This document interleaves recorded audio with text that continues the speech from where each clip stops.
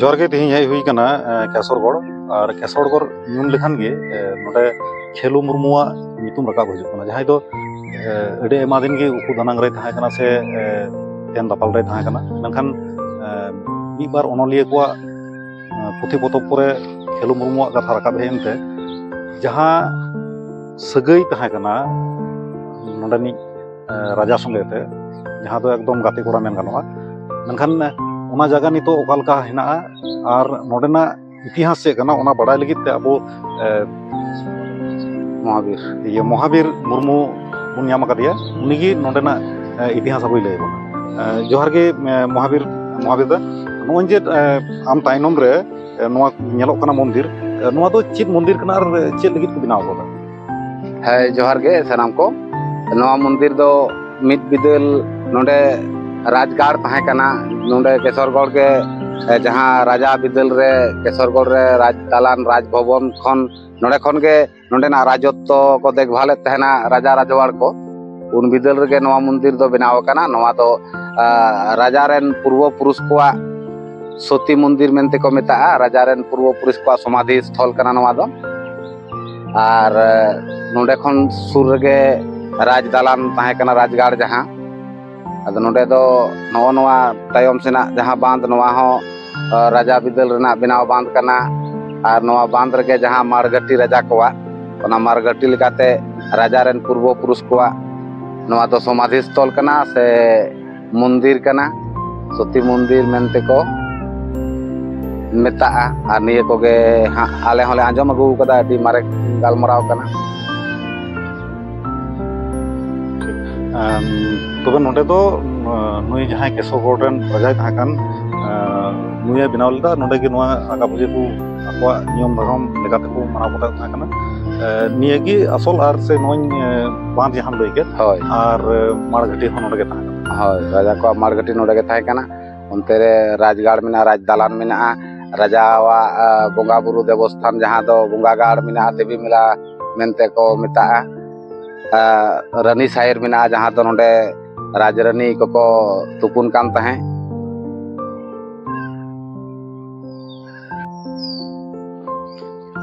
नॉय जहाँ बन नेल नामे नवा दो राजमहल रना से राजगाड़ रना मारे देवाल नित हो मेना जहाँ दो तेहें 200 बছর 250 बছর हुई कना अथच नित हो नवा देवाल नौका के ठाम ठाम तिंगु मेना नवा इलाका दो पहिल जहाँ राजगाड़ ताहे कना ओना इलाका रे मेना लिया और नवा राज ओड़ा राज दालान रना सारे पचरी बन नेल नामेदा और नवा राजगाड़ से राज दालान बगी कतेर गे राजा आया राजमहल स्थानांतर इदी लेदा नोडे को उचड़ लेदा जहाँ दो काशीपुर राजमहल से राजबाड़ी ते काशीपुर राजबाड़ी खन लहा जहाँ राजगाड़ ताहे कना से राजत्व ताहे कना नवा इलाका रे और जहाँ राज दालान सारे मेना ओना गे नित बन नेल नामेदा ओनवा रपुट पचरी नित हो सारे मेना नोडे बड़ायो कना जे नुई जहां राजा ताहे कना नुई साउते खेलू मुर्मू अडी जहाँ बिदल महासंग्राम से सिपाही विद्रोह एहब लेन दो उन समय जहाँ राजावा राजत्व ताहे कना उनी दो राजा नीलमणि सिंह देव रेन सहयोद्धा ताहे कना अबोरेन महासंग्रामी खेलू मुर्मू कारण जहाँ तीना इंग्रेज साहेब को सला सिपाही को सला तापाम खपरी हुईना राजा राजवाड़ को नुई नीलमणि सिंह देव सनाम सपाप हथियार अस्त्र अब खेलू मुर्मू तारेन रे लादे कते के लड़ाई सामाल से लड़ाई लहा इदी लेदा नुई खेलू मुर्मू दो नीलमणि सिंह देव रेन सहयोद्धा लेकाते उन दिने कमी अगु कदा नोन जे नोआ ओड़ा नोआ राजमहल नेलोक कान नोआ माने एंडे नसिया नेलोक काना मेनखान नोआ राजमहल तिना लटू ताहे काना नोआ राजमहल नोआ दो मित नखा रना मुचाद रे बन हेज काना नोआ मोटामुटी जहाँ तिना ते राजमहल इलाका ताहे काना न्यूनतम 50 खन 60 बीघा जायगा मेना नोआ भितर रे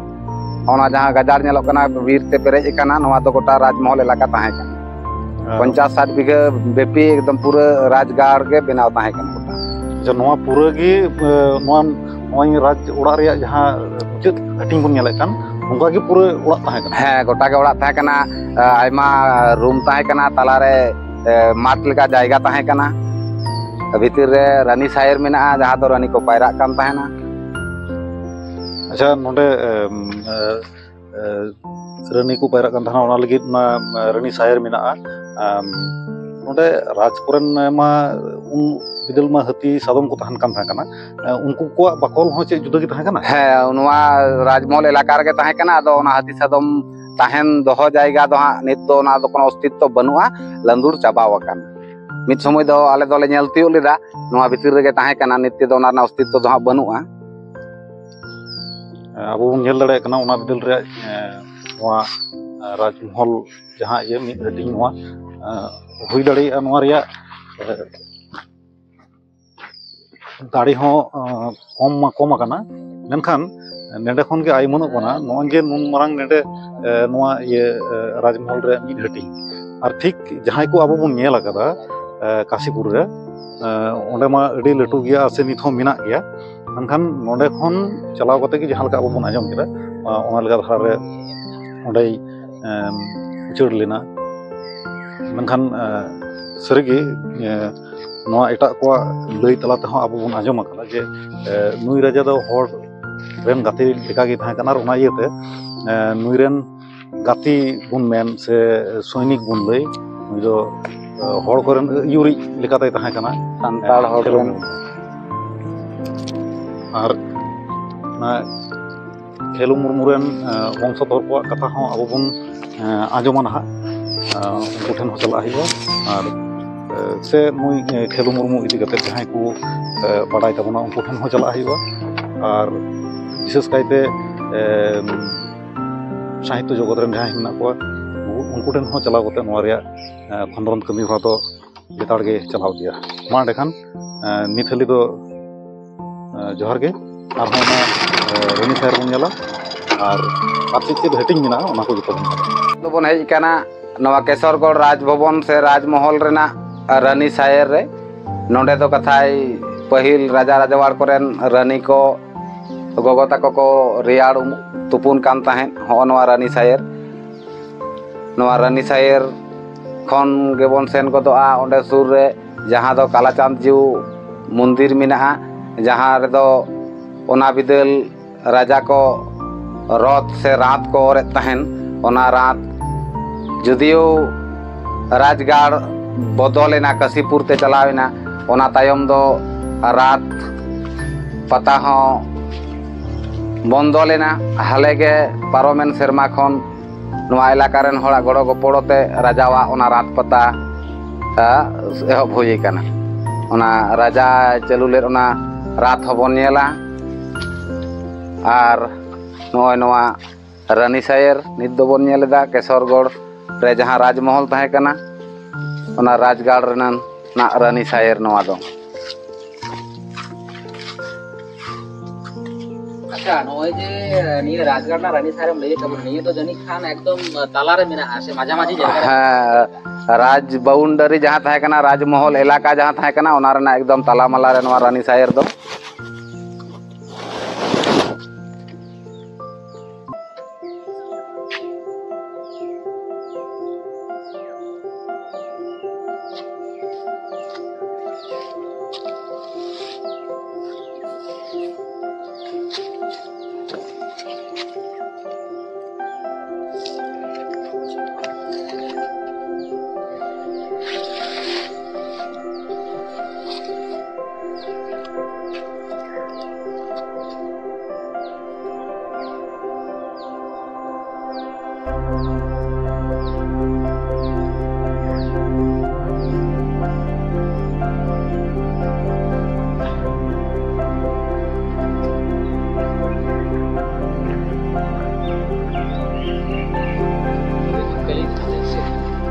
ᱦᱮᱸ, ᱚᱱᱟ ᱫᱮᱵী ᱢᱮᱞᱟ ᱪᱤᱞᱤ ᱫᱮᱵী ᱤᱭᱟᱹ ᱠᱟᱱ ᱛᱟᱦᱮᱸ।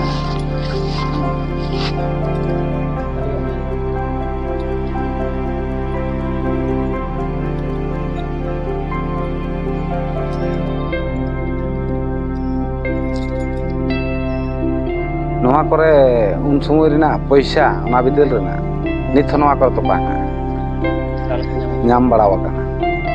ᱛᱚ ᱚᱱᱟ ᱨᱮᱱᱟᱜ ᱵᱷᱤᱛ ᱡᱚᱠᱷᱚᱱ ᱞᱟ ᱦᱩᱭᱩᱜ ᱛᱟᱢᱟ ᱩᱱ ᱜᱷᱟᱹᱲᱤᱡ ᱠᱤᱪᱷᱩ ᱠᱚ ᱧᱟᱢ ᱞᱮᱫᱟ᱾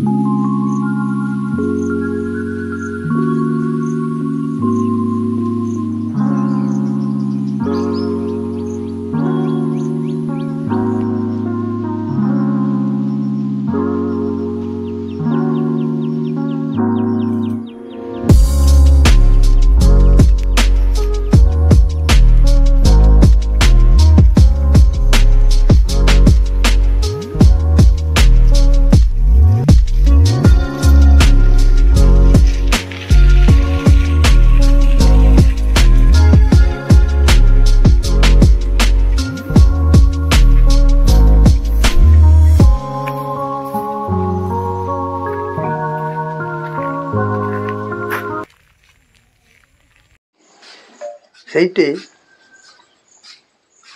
ছোটবেলা থেকেই দেখছি রাজারা কিছু খরচা দিত, এখানে পূজারি বামুন এখানে বসে পূজা করতো, পূজা পাঠ করতো। তারপরে কিছুদিন থেকে একদম টোটালি বন্ধ হয়ে গেছে। মানে বন্ধটা কোন আমলে হয়? মানে রাজাদের সময়ই না? রাজারা তো থাকতেই, ওটা ধরুন আমি ঝাটপাট দিচ্ছি, এই মন্দিরে এসে আছি, কিন্তু আমার ছেলে থাকবে কি না থাকবে সেরকম তো কিছু ঘটনা নেই, সেরকম হয়ে গেছে। রাজারা মারা গেছে, তারপরের থেকে আর কিছু খরচা দেয়নি। এইটা হচ্ছে বারান্দা, খোলা বারান্দা, আর এইটা হচ্ছে আপনার বারান্দা, আর ভিতর দিকটা হচ্ছে ঘর, ঠাকুরের ঘর। ওটা জায়গাটা দেখাবো আপনার। আর এই যে বাড়িটা তো সেই আমলেরই। হ্যাঁ, দেয়ালটা সেই আমলেরই। এইটা হচ্ছে আপনার, এই পিলারগুলো হচ্ছে নতুন, এইটা পরে সংস্কার করা হয়েছে। ওই তো আপনাকে বলছি, এটা খোলা বারান্দা। আপনি কত বছর যাবত এখানে যুক্ত আছেন? আমি তো জন্মস্থান আমার এইখানে না, এই মন্দিরের সঙ্গে? মন্দিরে আমি আমার 98 মাস থাকি। আমিও চাকরি করতাম কলিয়ারিতে। কলিয়ারিতে চাকরি করতাম, তারপর ওখান থেকে রিটায়ার হয়ে আসে 98 মাসে এসেছি, তখন থেকে এইখানে জড়িত আছি। মানে এক কথায় বলতে গেলে রাজাদেরই একটা অংশ। রাজাদেরই মন্দিরটা, রাজাদেরই ঠাকুরের মন্দিরটা ঠাকুরের রাজাদের। এই যে দেখুন, ওই যে যেটা শ্রীকৃষ্ণ দেখছেন সেটা হচ্ছে নতুন, আর এই যে বাকি যে মূর্তিগুলো দেখছেন এগুলা হচ্ছে সব রাজার আমলের মূর্তি, এগুলো সব রাজার আমলের মূর্তি। আর ওই 3টি মূর্তি হচ্ছে এই আপনার এই ইয়েটা নাড়ুগোপাল, রাধা আর শ্রীকৃষ্ণ, এটা হচ্ছে নতুন। এইটা ওগুলো চুরি হয়ে গেছিল, চুরি হয়ে যাওয়াতে ওই মূর্তিগুলো এনেছে।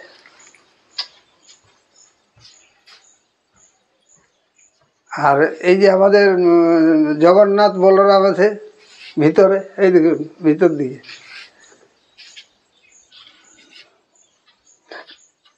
বলেন তো খুলে দেব দেখি।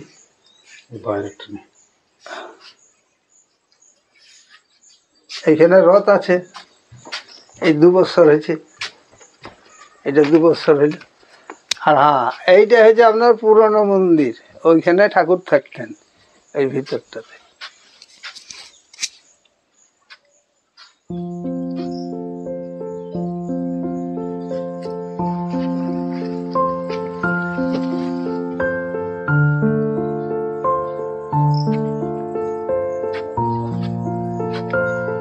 তোমরা কোথা থেকে এসছো?